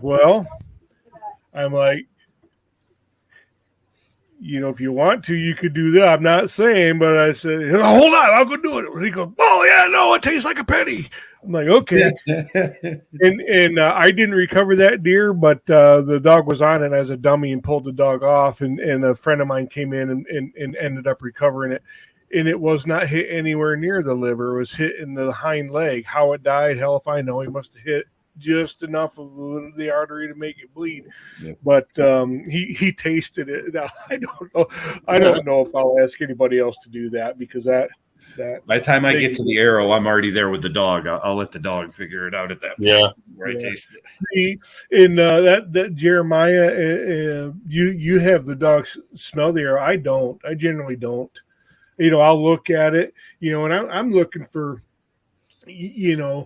hair, like you said, Dave, best I can. And, when it comes to reading, there are some people, even in my network, who say they're really, really good at it. They tell more by the hair than any of the blood, and I'm like, shit, I don't know. It's brown hair with a black tip and a gray, at the other end, but white is, not always bad, but the the 3 or 4 places you get white hair were involved, and if it's belly, well, then maybe that's good. That could be the exit. So is it wispy? Is it coarse? Is it this? Is it that? So I'm still learning. So I'm looking for that. But one of the things that you remember, I told you, one of my mentors shadowed me my first year, and it turns out that deer we believe was a leg hit. We didn't recover the deer. There was quite a bit of blood. Brew tracked it pretty well, and then it dried up. But he had jumped the deer. He 400 yards into the track or something before we got there. But I was watching him analyze the arrow, and something I thought was really interesting, and I still use it today, at least mentally, is the veins on that arrow. They nobody shoots feathers anymore, at least in Michigan, very few. But the plastic vein was wavy and distorted. It wasn't just the square. It was wavy and distorted. And his comment was, in order for that vein to get wavy and distorted, it had to pass through something really hard. I'm like, oh, that's a great point. So I guess hunters, if your veins are smooth and straight and pretty as you please, and then the arrow you just shot your deer with, all of a sudden the veins are wavy, you pass through something hard. I don't know what. Maybe there's a super dense muscle, but maybe it was a leg bone. Particularly if you haven't recovered your deer. Well, if you think about it, that's kind of like people taking straight ribbon and using a pair of scissors to curl it. Yeah. Yes. No. That's a great analogy, Mitch. Yeah. I couldn't figure out a good way to describe it, but yeah, it's kind of that effect. Yep. When we see a fletching missing, it's generally it's got caught up somewheres along the way, right? Because you can't. I tell hunters, I'm like, you couldn't take your fingers and peel that apart. I don't care what your strength is, right? Like decent arrow, you're not going to grab 2 fletchings and be able to peel one of them apart, right? So it had to catch something, and it had to catch it, at the tip of it, and have some force to pull that thing back, and it's generally up around the shoulder, right? Like it just nicked the shoulder in there somewhere, peeled it all off, caught it, and peeled it off. Even if it's behind the shoulder, generally that would be a rib doing it. If they broke a rib, it could. Yep. Yeah, arrows are tough. Like I said, my slathered in blood. Camera 2 weeks later, one ambiguous hair dead in the first bed. Whatever, man. Just track the deer with the dog. Never say never, and never say always. Yeah. We talk about let's go back kind of the blood topic, and I meant to bring this up when we were on the topic, but you mentioned good blood means different things between hunters and trackers, and the way I describe that, my take on the difference between good and bad blood is good blood is blood that is going to render that deer dead. It has nothing to do with quantity of blood, and it seems as though hunters, when they're talking about good blood, it's volume of blood. And I describe that as a difference between trackable blood. What you have is trackable blood, muscle blood that you track for that 150 yards before it dried up, and there were 2 puddles with clots in it because it's that vitamin K is going to work. That's trackable blood. It's not good blood, because it's not going to render that deer dead. That's how I speak to the difference between good and good blood and trackable blood. So out of all of our recoveries, I don't know, it'd be very few, probably on one hand, that I could say was due to blood loss that was more than 300 yards, right? Like obviously deer die because of blood loss. You hit an artery or you've caught their heart or something. but right. To say a deer bled to death and it went farther than 300 yards, very few have I found that were like that, right? And I think all those scenarios were small nicks to arteries, right? Like super small, and they were under pressure, and then we ultimately jumped those deer and ended up dispatching them. But for a deer to leave a trail and he's just going to be dead a mile away because he's now lost enough blood. Out of my recovers, I can't think of very many times that I would say a deer died of blood loss. That we had to go in there. Yeah, I think that's probably rare. Oh, geez. Great discussion. I see Mitch's comments here. He's sending us message. Okay, or not Mitch's. I mean Matt Davis's. By the way, viewers, Matt Davis did have to jump off, and listeners on the podcast, Matt Davis from Broken Arrow, Big Game Recovery, did have to jump off, so he won't be hearing more from him today. Okay, so we've talked a lot about blood, lot of good, fun conversation. And when we first started the conversation, we talked about the phrase that makes trackers break out in a rash, and we're down to about 14 minutes. Let's call it 12 or 13, just so we can wrap up. But grid searching. Why is that so bad? Yeah, Carrie's breaking out in hives. Breaking out. Why is it bad, and why do we break out in hives, Mitch and Carrie? Because it's like when you start grid searching, you take that deer scent and you spread it everywhere you're walking. Like if you stepped in gum or you stepped in a turd or something, then you're spreading that scent everywhere you go, and the dog has to work out, where the deer went. It's just, it's very hard on the dog. For example, the one mountain track we did this year, the hunter and 2 or 3 friends, grid searched it. Okay, that's not a problem. They were still in line with the track itself because they were kind of on a shelf, but they still had those extra tracks going through there. We get there, and there's 8 people standing there, all of them wanting to go on this track. Oh, yeah.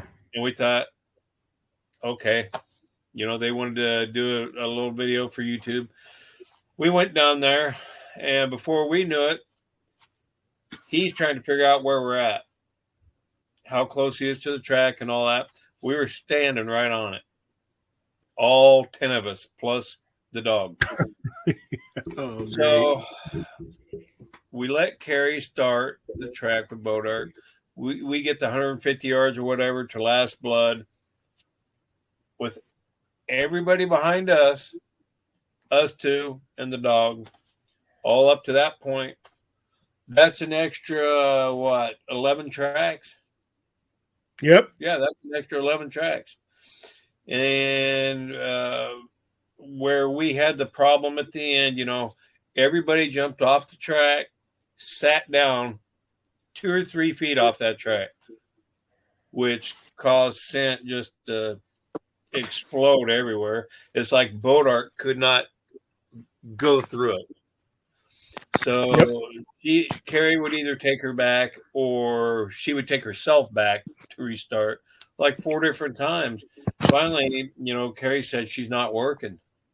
So I took the lead. Frustrated. I took the lead, and I basically told her, I said, we're doing a Hail Mary. I said, I'm pushing her through it.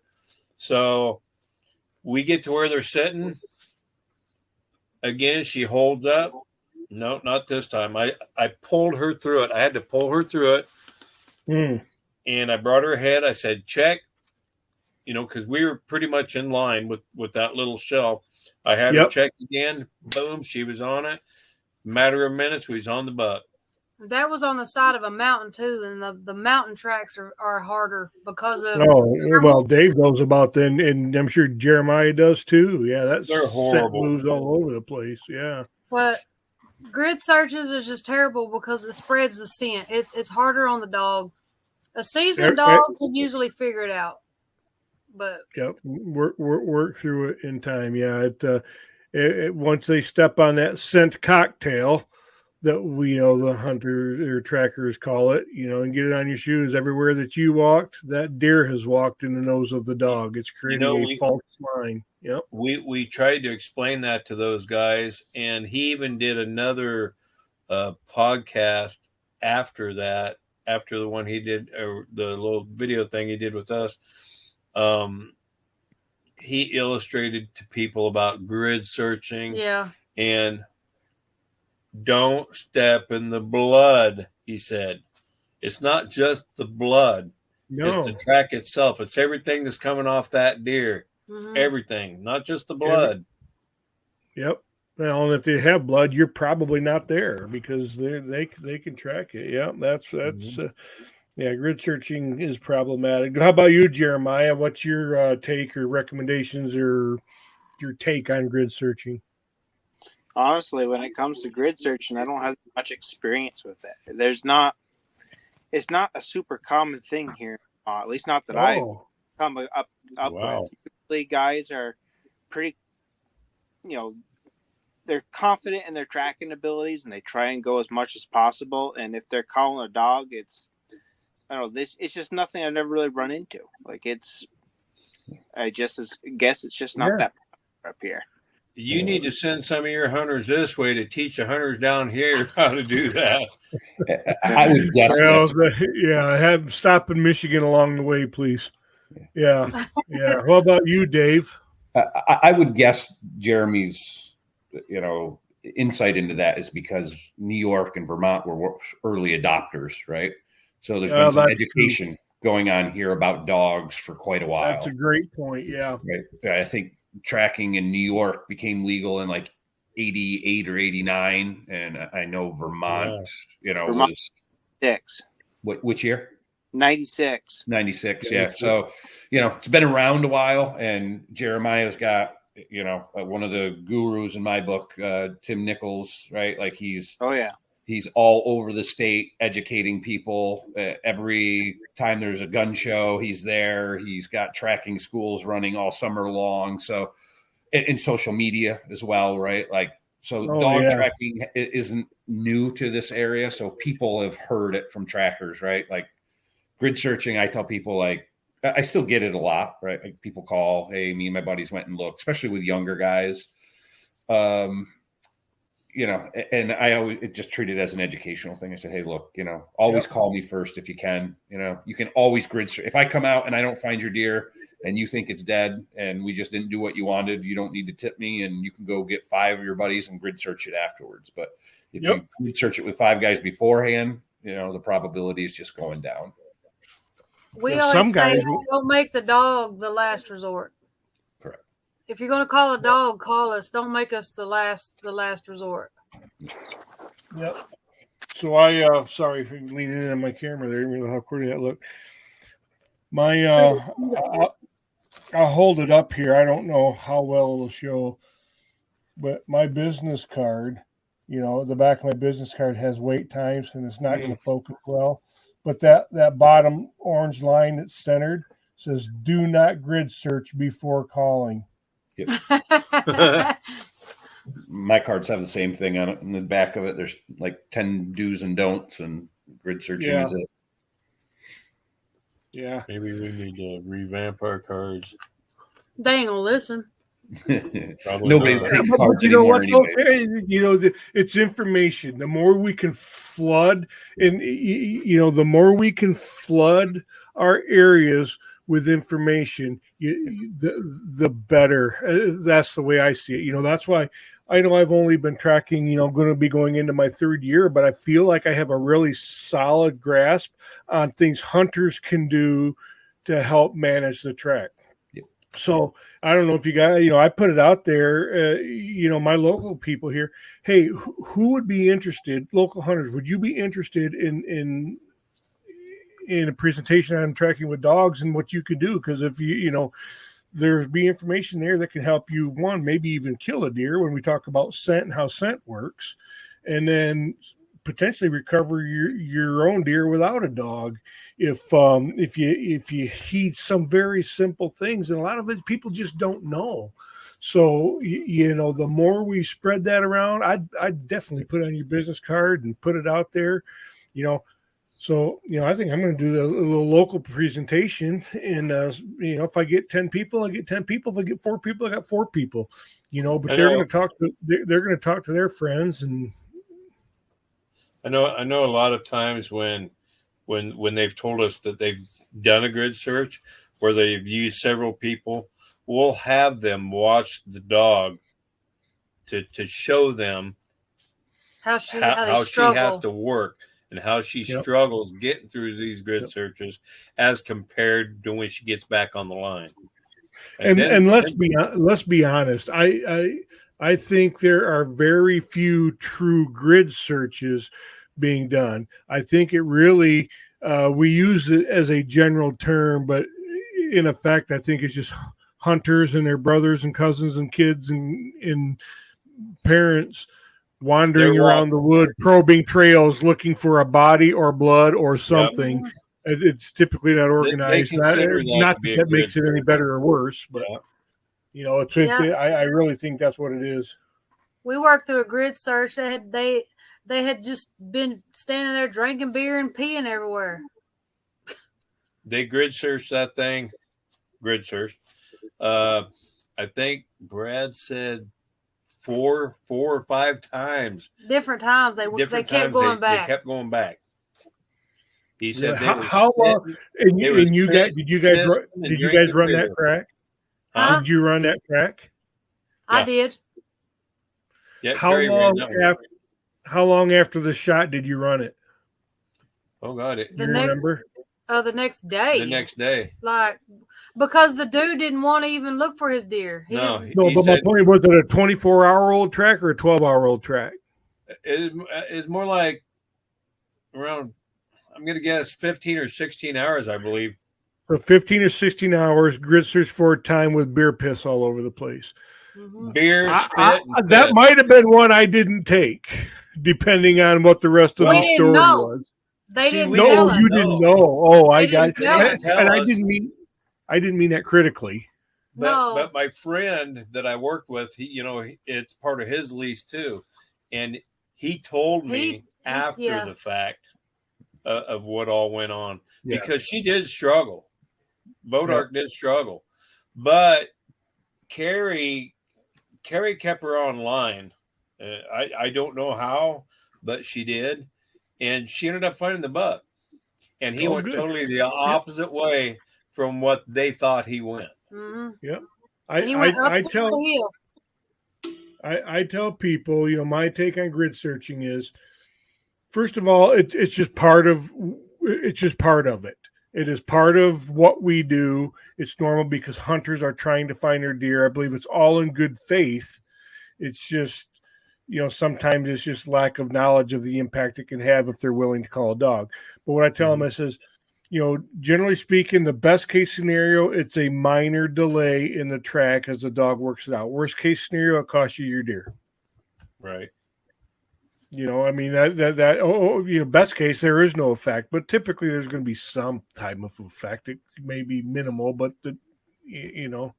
if it's true grid search. So, I tell you what, guys, we're down to 2 minutes, and this has been, again, just fun as it could be. So, Carrie, I'm sure you're going to hit me up. When are we going to do part 4? You might as well already start planning it. Yeah, planning it. But anyway, guys, man, this has been a lot of fun.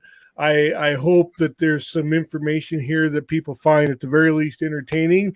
And, my greatest hope is that there's something helpful for somebody here with the depth of knowledge and breadth of experience of the people as part of our forum here. So, whether we do a part 4 or not, I don't know, but I will tell you, I genuinely and sincerely appreciate you guys coming on for these 3 segments, man, and these 3 parts to talk about tracking at 2 hours a pop. We have not been less than 2 hours at all. So I'm down to just a couple of seconds here. Guys, be sure to follow everybody on Facebook and YouTube. Please, if you want to watch this, go to Tales on Trails Deer Tracking on Facebook and YouTube. You'll see it there. It will also be uploaded on all the podcast platforms. Guys, thank you so much, man. It's been a great time. More the good, less the bad. Talk to you soon.